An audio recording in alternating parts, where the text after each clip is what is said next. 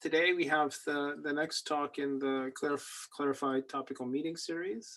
Jessica Howard of UC-Irvine is going to talk about the foundations of fast data-driven machine learned simulator.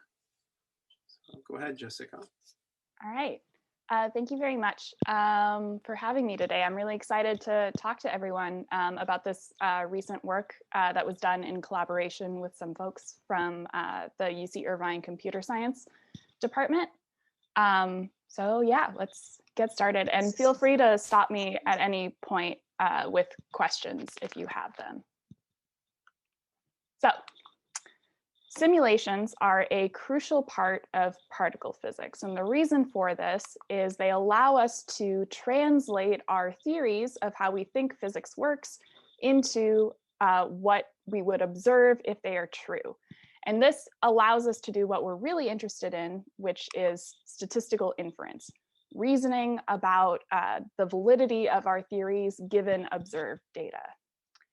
The problem is that current simulations are extremely computationally costly.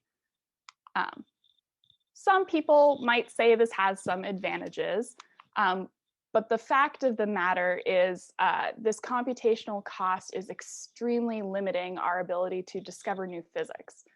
And if we're going to keep up with future experiments that run at much higher luminosities, we really need a faster simulation tool. The hope is that machine learning can help us make these faster particle simulations. And this can really happen in two different ways. You can augment the slowest parts of current simulations, which is what a lot of previous work has done. So you substitute the slowest parts or you multiply the data sets that current simulations give you. This work, however, takes a slightly different angle, which is asking the question of, can we just replace our current slow simulations with a faster machine learned version? And so that's going to be the primary focus of this talk. We present the foundations of a method to entirely replace current simulations in analyses. This method is fast, it's completely data-driven, so it can be trained using real data from control regions. This is very similar to how current simulations are tuned to match data. This method provides the ability to handle physics-motivated constraints, and the final result is both easy to inspect and interpret. We call this method optimal transport-based unfolding and simulation, or OTIS for short. And it turns out that Otis is a genus of owls, so we get a cute mascot out of this name as well. So before I dive into the details of the method, I wanted to start with what got us thinking about this problem from this relatively new angle. So current simulations map from your theory space to your observed data in 4 main stages that try to mimic what happens in reality. The first stage deals in theory space, and it's fairly well defined within the framework of quantum field theory, and is also fairly computationally efficient.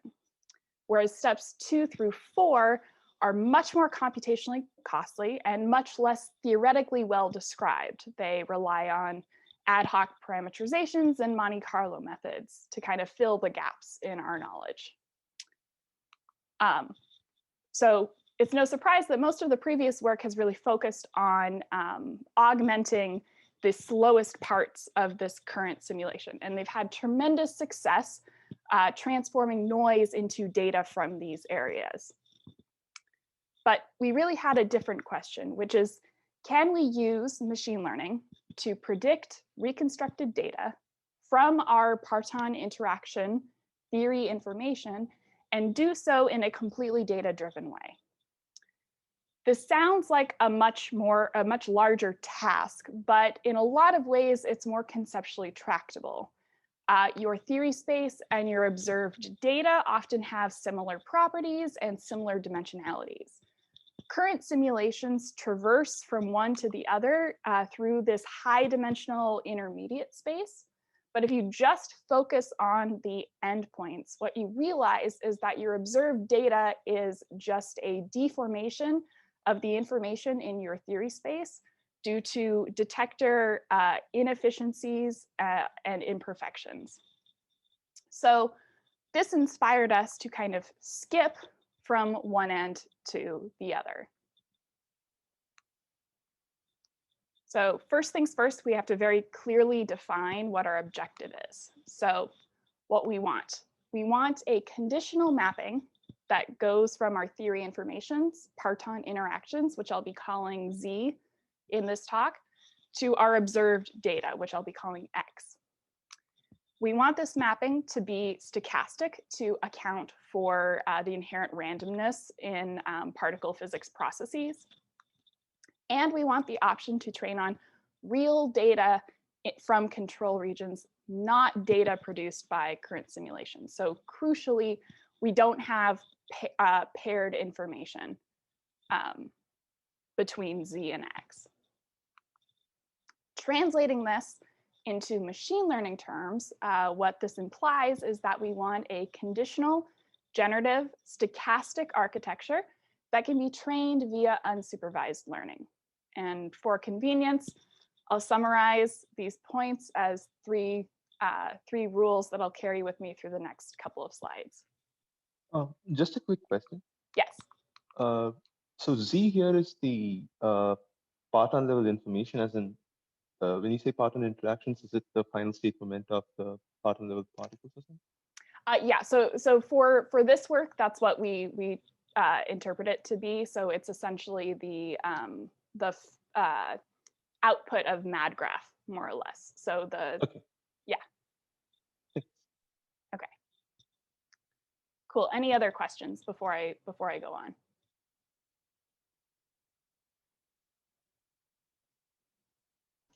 So sorry, quick question. Does this heavily depend on MadGraph, or could we plug in, another producer, or rather another generator of some sorts?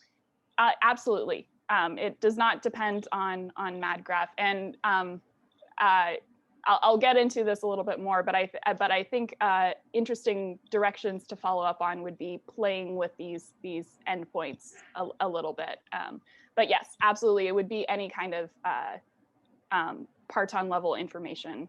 No, I'm just thinking that there are producers that give you particle level information that basically say, I have an interaction and this is the shower that comes out.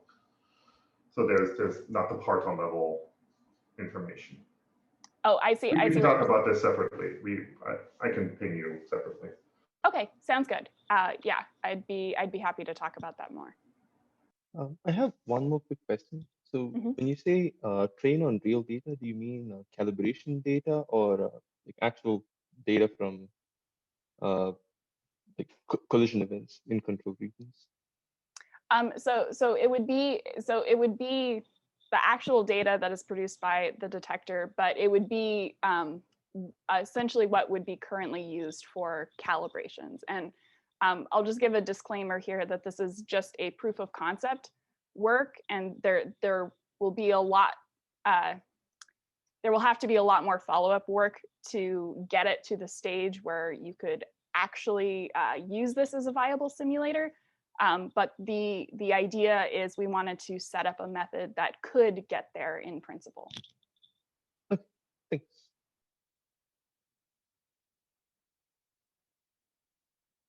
Okay. So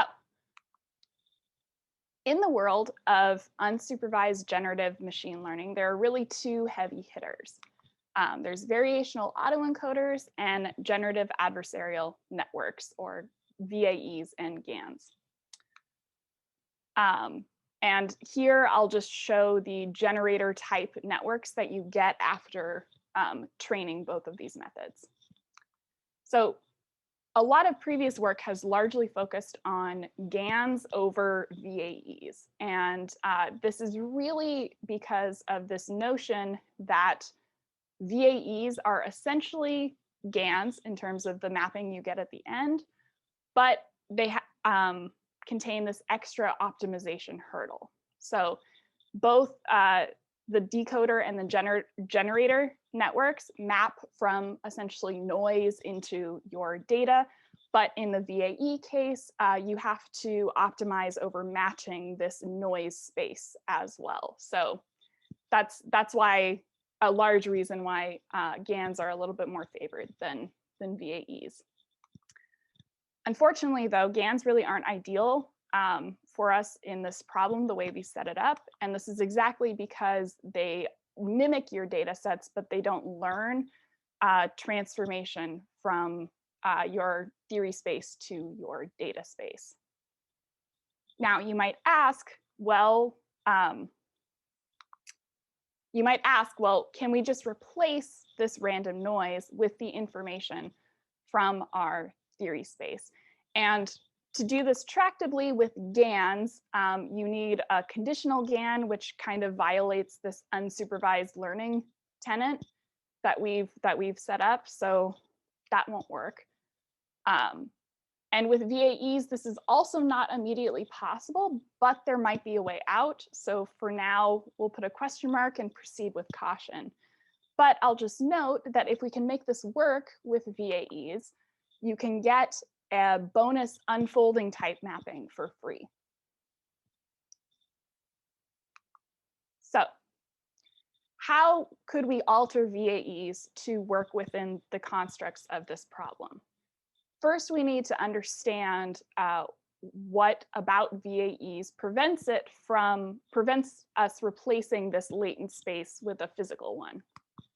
And this really comes down to traditional VAEs depending on a KL divergence as the latent loss. And this requires that the latent space prior has a tractable form, namely something like a Gaussian.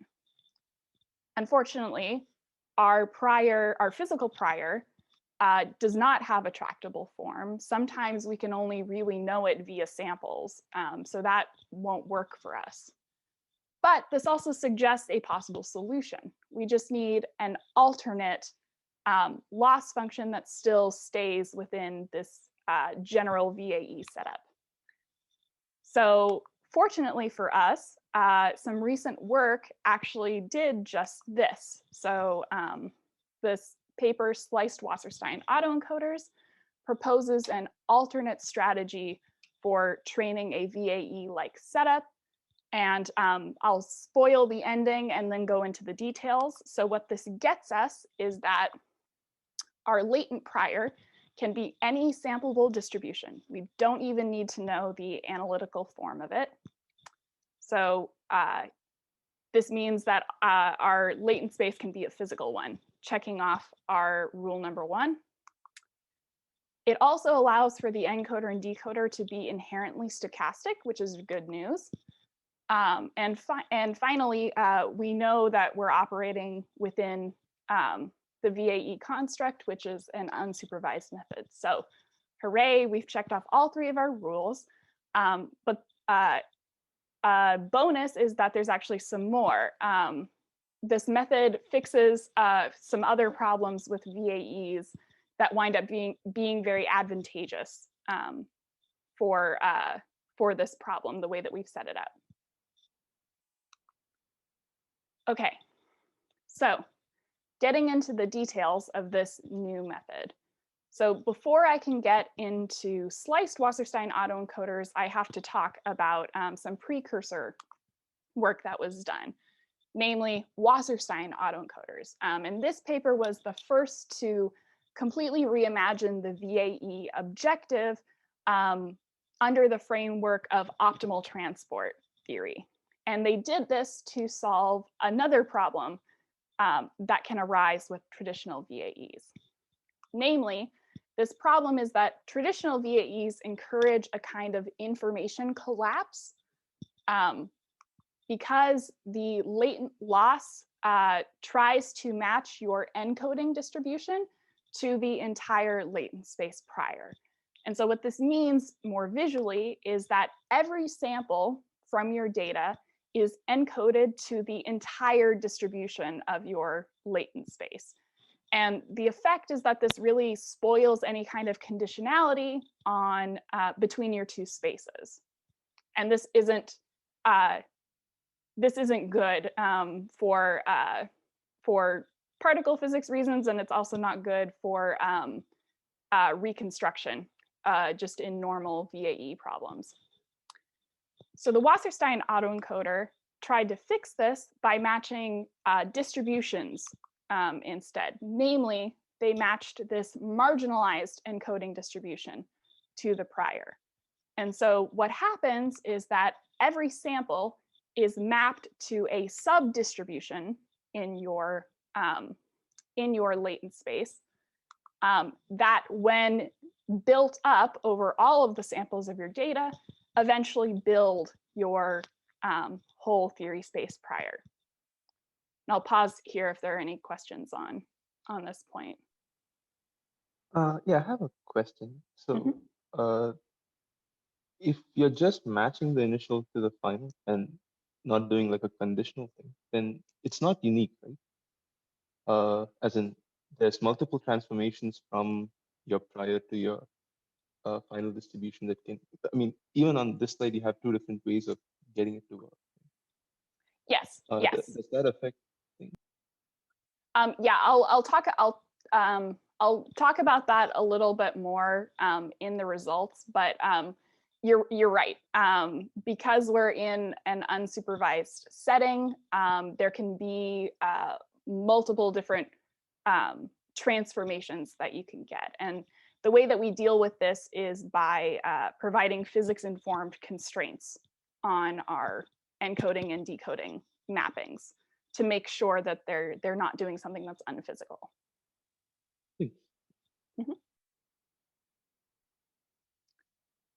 Okay. So in practice, the Wasserstein autoencoder loss looks like this.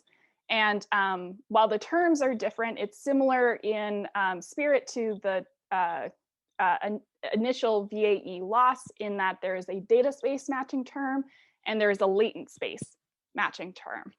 And in particular, I'll draw your attention to the latent space matching term, which is just a cost function between your marginalized encoding distribution and your true prior.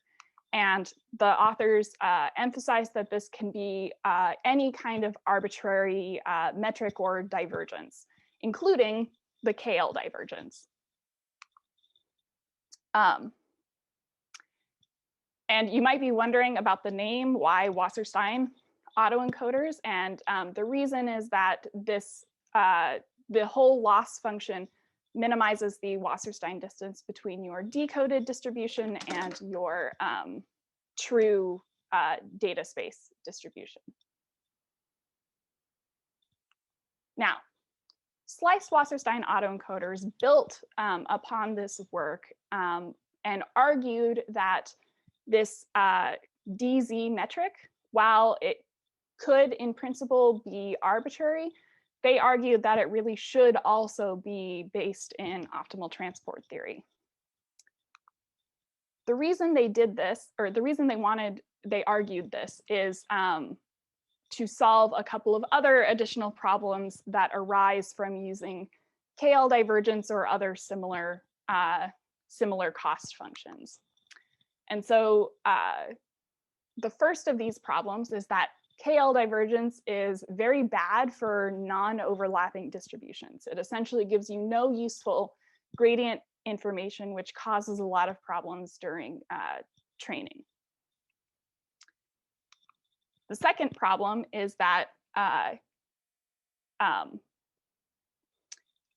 with an arbitrary sort of latent space DZ function, a lot of those require that your prior still has a tractable form.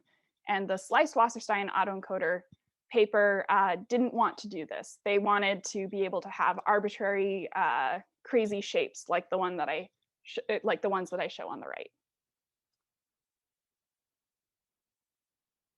So how did they do this? In practice, the solving these problems is actually extremely simple. It's just replacing what you use for this latent space loss function with the sliced Wasserstein distance. And to understand why the sliced Wasserstein distance solves these problems, we first need to understand the Wasserstein distance. You may be catching on to a theme here. So the Wasserstein distance measures the cost to morph one probability distribution into another via the optimal transport plan. And the best way to visualize this is to imagine yourself being given a pile of dirt and tasked with moving this pile of dirt some distance and reshaping it to have a different form. The Wasserstein distance is the cost of performing this action, assuming you knew the optimal way to do so. Unfortunately, calculating the Wasserstein distance is only tractable for probability distributions that are one-dimensional. And the reason for this is in order to calculate the Wasserstein distance, you have to know the optimal path. In one dimension, this is very easy and it has an analytically provable form, but in higher dimensions, this causes an intractable optimization problem. In one dimension, however, it's very easy. It's just the difference between the cumulative distribution functions of your two probability distributions. And I'll just note here that cumulative distribution functions can be approximated from finite samples from your distribution, in which case it's called an empirical distribution function. So the sliced Wasserstein distance is an approximation to the Wasserstein distance. And the way that it achieves this is by projecting your high dimensional probability distributions into many one-dimensional slices, and then calculating the tractable one-dimensional Wasserstein distance between those projections and averaging the result over all of the slices. And it can be shown mathematically that in the limit of infinite slices, these two distances are actually equivalent. So back to the reason why we're doing this. How does this solve our problems? Well, a quick question. yes. So when you say slices, do you mean like going through parallel slices and covering the whole space, or taking random slices at different directions, along different directions? Sorry, could you repeat the first part of the question? So when you say you take slices, do you mean just one-dimensional slices that are parallel to each other covering the entire space, or just random slices across, along different directions? Yeah, so they're random slices along the they're random slices in a sphere Okay. of the appropriate dimension. Yeah, thanks. Mm-hmm.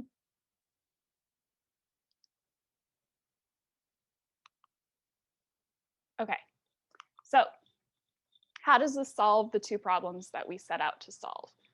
Well, the first one, the sliced Wasserstein distance solves because it's actually a true distance metric, unlike the KL divergence. So it's always well-defined, even for non-overlapping distributions. So that checks off that problem. The last problem is solved because you only need samples to calculate the sliced Wasserstein distance. And in fact, this is the form that it takes. So that also solves our problem. We only need samples from our distribution. We do not need to know what its actual form is.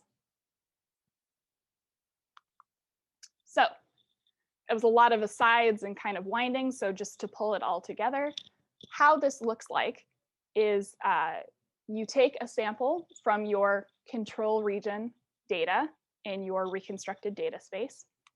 You pass it through your encoding network, which is an unfolding type mapping, to your physical latent space.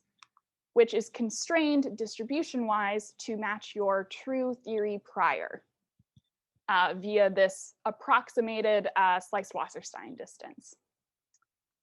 You then pass these samples back through a decoder, which is our simulation type mapping, back into the reconstructed data space, and you compare the output with the initial input pairwise via a mean squared error loss.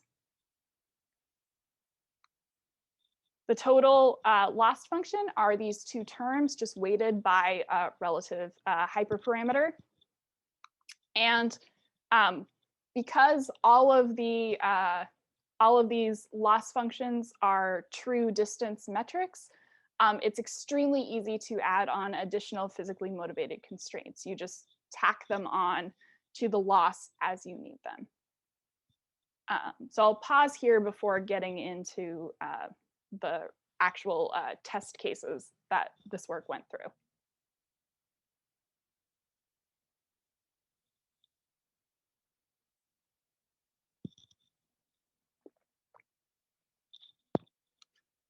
Okay. So first test case, we wanted to choose plausible control region type data. And so the easiest scenario we could think of is just a Z boson decaying into an electron-positron pair. In this case, we chose our theory space to be the relevant four momenta produced by MADGraph. And we chose a simplistic representation of the data. So it's just the four vectors of each particles arranged into a vector. So I'll note that we forewent any categorical information like particle type or charge when doing this. The data space is then the relevant four momenta produced by Delphi's, which in this case also has the same dimension. And I'll just give a disclaimer for the test cases that we considered. Our data space and our theory space have the same dimensions, but they don't need to have that in principle. So I promised that you could add additional constraints on these mappings. That's a main way to constrain the simulation mapping to make sure that it's physical. So we considered a couple of different options. So first, we noticed that the mappings could twist because there was nothing in our data set to distinguish an electron from a positron, and so you could get cross mappings between those. So to help with this, we added a loss term to sort of act as an anchor in the direction of one of the particles. And you can kind of think about this as analogous to fixing the basis in this transformation. And so these are the two losses that we considered.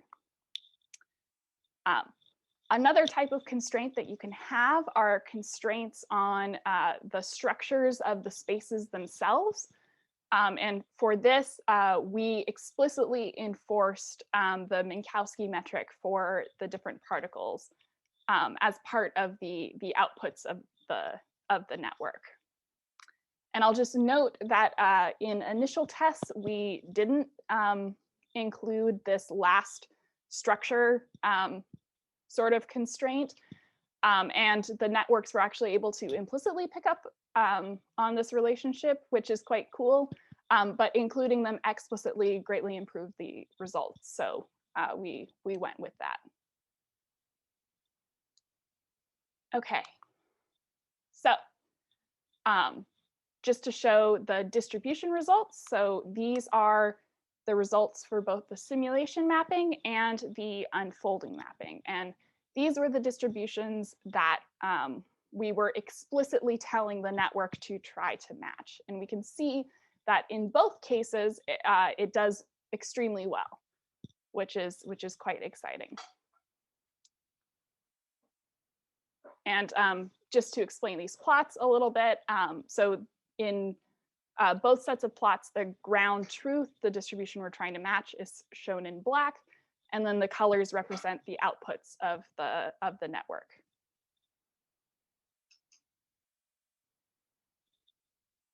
So sorry, what's your input here then? Is it just some random number or? So, so the unfolding mapping is mapping from data space to our theoretical latent space. So the input are samples of the data. Okay. And on the simulation side, we took samples both from our learned physical theory prior, that's shown in green, and from the true theory prior, and mapping those, that's shown in purple.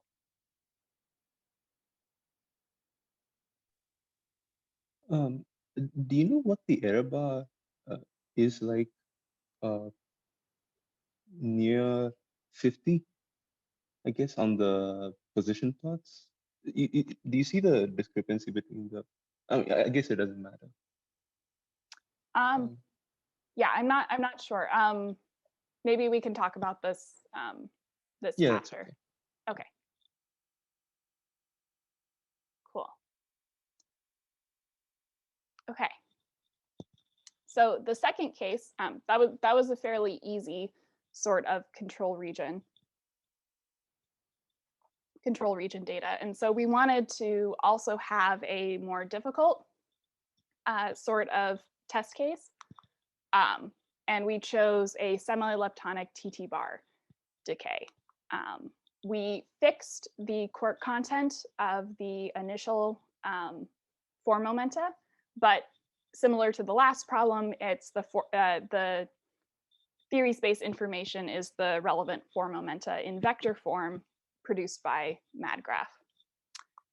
And the data space in this case is consists of an electron, missing energy, and also jets.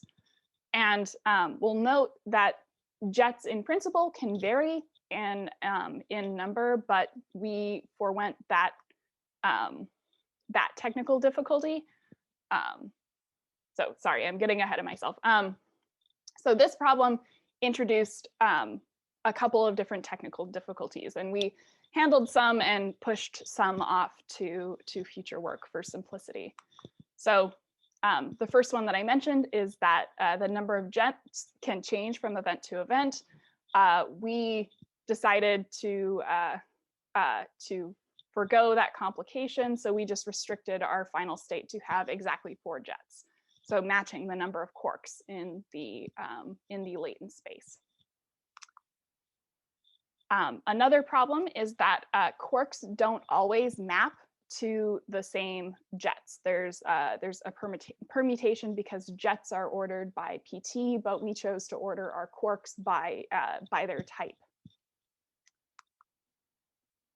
A general treatment would be able to handle both of these kind of within the structure of the data, but we leave that to future work, and I'll talk a little bit more about that later. The last technical difficulty is that there is a strict PT threshold on jets, which any kind of strict threshold is very difficult for networks to learn.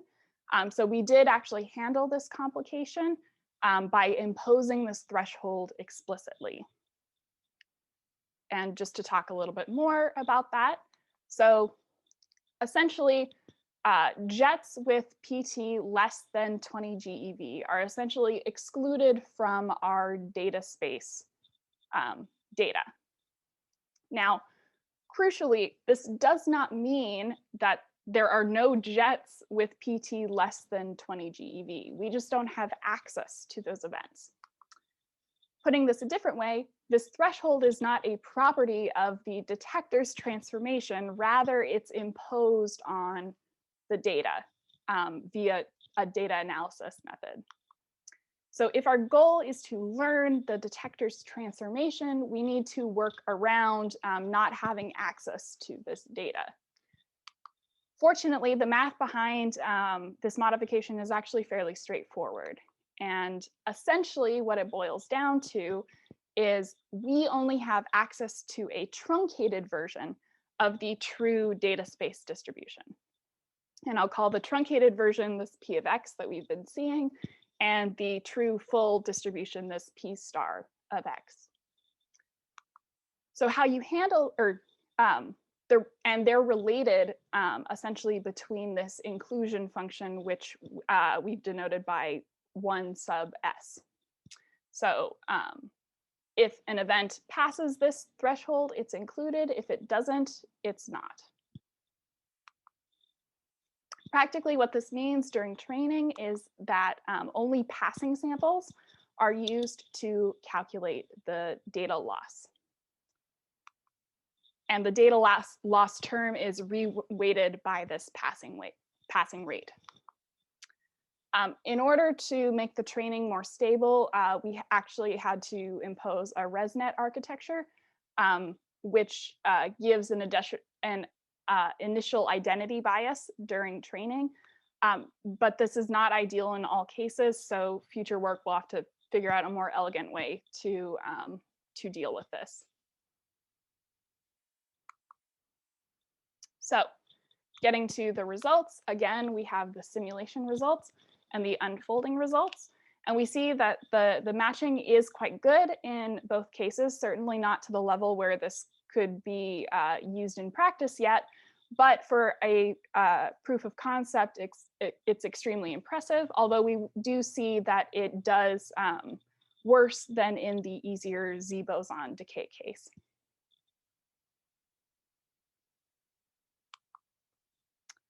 So I promised that these, you can easily inspect these final distributions for their physicality. And we were very interested in making sure that our simulation isn't just reproducing the distributions that we asked it to. We also want to know what it has learned physically about the problem without being told. So to do this, we constructed several variables based on invariant mass constraints. And again, the networks were not told to learn these. These were implicit relationships that the networks discovered during training. And you can see that in both cases, even though it wasn't trained on these, it actually did pick up on these relations. And this is very intriguing because in principle, if we were trying to do this with real data, we would have given it these relations, but the fact that it was able to pick up on these without us telling it to bodes well for it picking up on relations that we don't know about or can't tell it to learn. Another way to see exactly what it learns is to just crack open the simulation itself. And because we're mapping from low dimensional spaces to low dimensional spaces, this is very physically interpretable. And we visualize these with what we call transport plans. And so they look like this. The way that you read them is the upper distribution is the distribution in your theory space, and the right-hand distribution is the distribution in your data space. The colors on each of the histogram bins in the upper distribution indicate where that probability mass was transported to in the right-hand distribution. And the two-dimensional black and white distribution is the joint function between these two spaces. And you can see here from these mappings that it doesn't seem to, the simulation doesn't seem to be doing anything too crazy. It's not, for instance, mapping probability from the tails all the way to the peak of the distribution. So this bodes well for it being physical. But since this is a proof of principle and we trained on simulated data and not real detector data yet, we know what the answer should look like. So should look like. So we can cheat a little bit and make these same plots for Delphi's. And what we find is that it actually does remarkably similar things, which is quite impressive because these mappings were not constrained any more than what I've mentioned above. So quick question about the histograms on the side. Yes.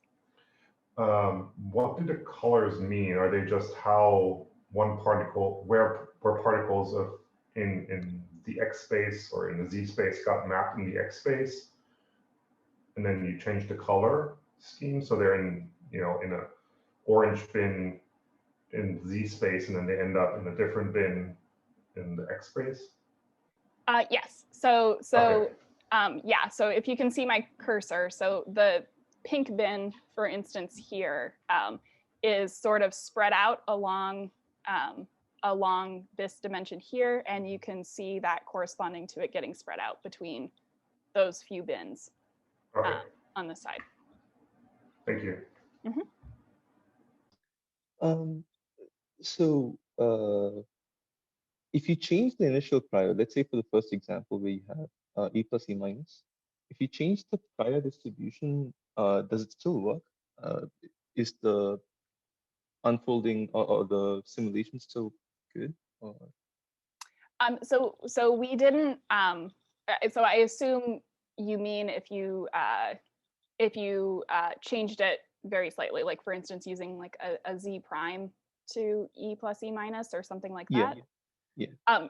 We didn't perform those tests yet, but that is a very good cross check. At the moment, we were just interested in making it work for these test cases, but absolutely in future work, we should definitely do those kinds of studies. And I'll talk a little bit about that when I get to future work strategizing. Also, apart from providing a cross check, you can just include, if you include that in the training, if you have multiple sources of E plus E minus, it might just make the map more robust, maybe. Oh, yes. This yeah. looks pretty robust already. Yeah. Yes, but yes, absolutely. I totally agree. Yeah, thanks.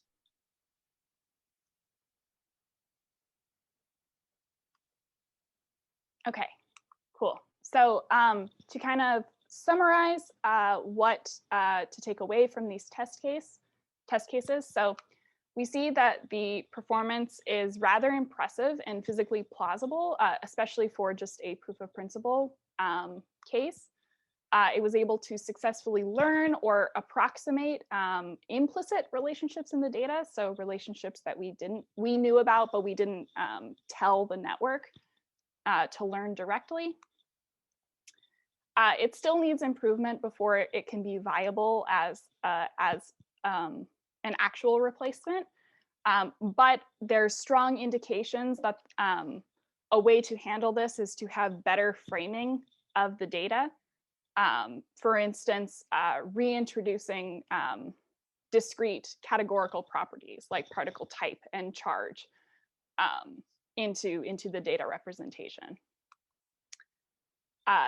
This method is easily adapted to, can be easily adapted to different problems by adding physically motivated losses and constraints, using any kind of different network architecture. The encoder and decoder network, I'll just note, can be whatever kind of network that you desire.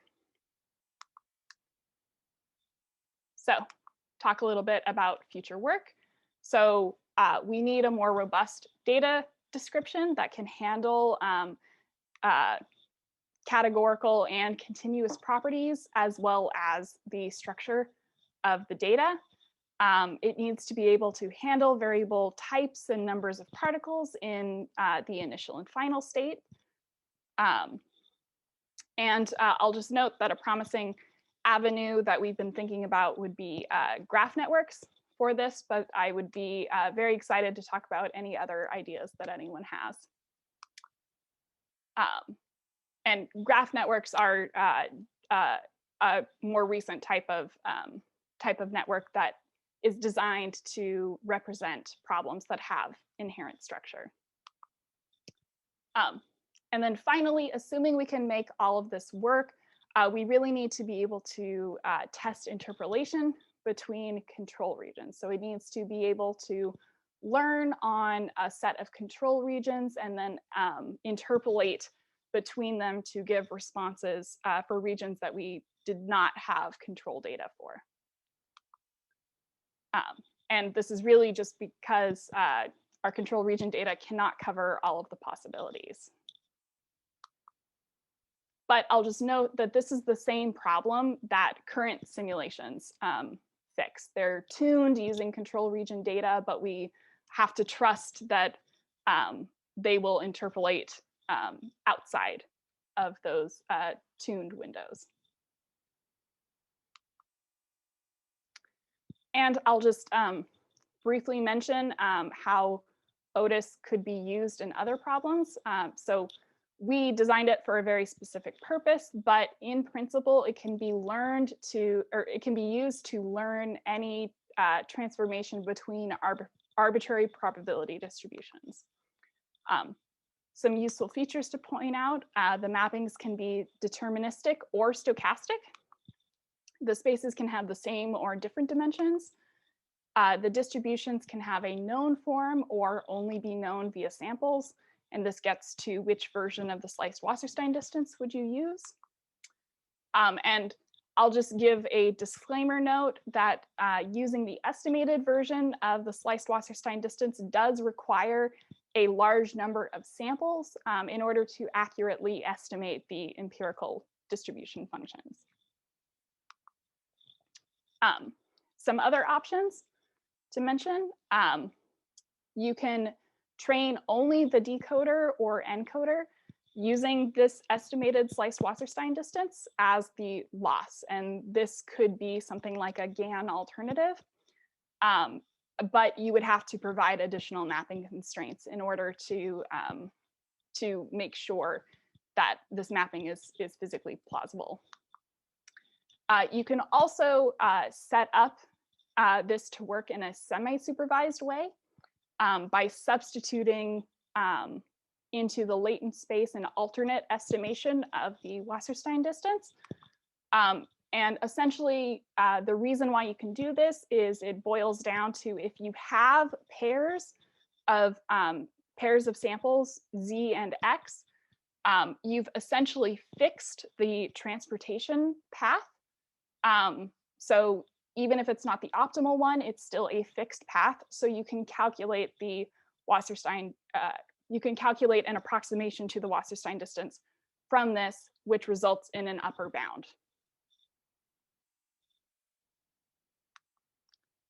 Okay, just to conclude, so this is a new approach to fast simulation.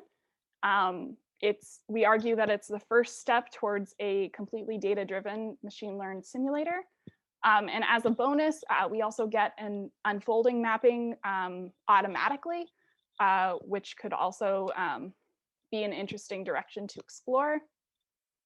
This approach is very mathematically well posed, which offers a lot of both practical and theoretical advantages in training this method. The performance on simple test cases is quite promising, but there is work to do.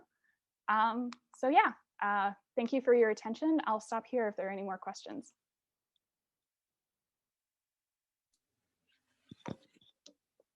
So thanks, that was very nice, Jessica. Questions? Comments from people? Yuri? Yeah, thank you for the very nice talk.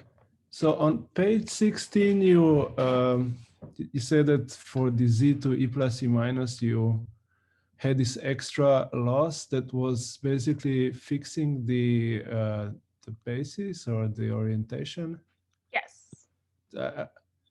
So I think I didn't quite understand why this was a practical thing to do. I mean, can't you just orient the sample that your E minus always points in the same direction? So when we were representing the data, we essentially had to remove the charge information, which would distinguish the E plus and the E minus. And while the first 4 dimensions were always E plus and the last 4 were always E minus, we couldn't really control the network knowing that, even though we did ourselves. So so essentially this was our way to orient the data, which just essentially told the network that to preserve this particle type information, if that makes sense. I see. Like if you carried over the charge labels, this is already part of the Wasserstein distance, no? Like this loss function should already be in your Wasserstein distance loss. Yes. Yeah.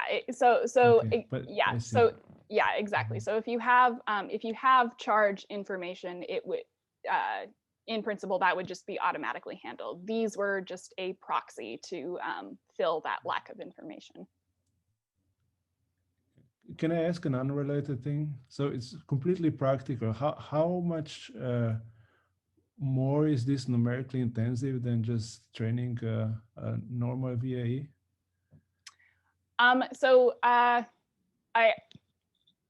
I'm not sure exactly, but I'll try to give an answer. So typical VAEs usually handle much more high dimensional problems, and so in that case, training takes a while. But I will say that training any one hyperparameter configuration for this took a matter of minutes. So they're incredibly fast to train, particularly for low dimensional problems. Oh, very good, thank you. Prasant? Yeah, I had a question. So this is probably too early for this question, but do you eventually envision this being like one massive machine learning based simulator into which data from different signatures go in, and then you have this one module that does it? Or do you think it's going to be more of we have a simulator for Z going to E plus E minus, and we have a different simulator for a different kind of signature, or like a few related signatures? Any thoughts on that? Yeah, I would say the lofty goal is the former, essentially to learn the detector simulation for all different types of processes and be able to handle all of those. And I had one other, more of a comment, I guess, but with physics-based simulators, right, the current simulators, there's just a lot of assumptions that go into how exactly the particle interactions happen, and so it's highly parameterized, and so you kind of use calibration data to kind of fix the parameters there. Now, what will be really interesting is figuring out what are the observations that are required to make this machine learning training unique. Like, how much information do we need to give it so that the map from the theory space to the observed data space is more or less unique? Yeah, that'll be an interesting question. Yeah, no, it's a very interesting question and a very important question. I don't have a good answer at the moment. It's more a matter of we constrain it as much as we can. I guess would be the answer. Yeah, it's you do it from both ends, right? On the one end, you keep adding more and more data to it to constrain it further, but then there's also the stuff that you guys have done, which is introduce physically motivated constraints to restrict the space, and so you kind of find the balance where it's as data driven as possible without. Yeah, thanks for a really nice talk. Yeah, thank you. Yuri? Yeah, I have one more. So I think you mentioned this, but I didn't quite catch it. So one of next steps is to deal with the variable inputs, like variable number of jets. Yes. So yeah, in which direction are you going? And so we haven't thought too much about future directions. So I'd be very excited to talk about any possible ideas. But essentially, the general idea that we're operating off of is that both in the initial and the final states, the underlying processes will change and what we observe will change. And so we need to be able to give the network as much information as we're operating under. So I would say that to first order, that's giving it particle type and also the numbers of different particles, giving it access to that information. okay. So I see. What I gather is that you haven't decided on the solution. You know the problem. Yes, we know we know the problem. We do not know the solution. All right. Awesome. Thank you. Benedict? So just so some of these mappings, they have some correlations in them. Like for example, the energy, total energy, and you have to basically conserve energy. Does it automatically learn that, or have you seen where it sort of that breaks apart in extreme cases? You know, when you're on the tail of the distribution. That's a really good question. I don't know the answer to that off the top of my head. I don't think we tested that directly. I'd have to think about whether the test that we did implied anything about that. But absolutely, those would be things to make sure that it's handling. Thank you. Okay, we're almost at an hour. Any last questions for Jessica? All right. Well, very nice talk, Jessica. Very interesting, and thank you for your time, and thanks to everyone for participating. And more soon. Bye, everyone. Thank you. Bye-bye. Bye. Thank you, everyone. Thanks. Bye.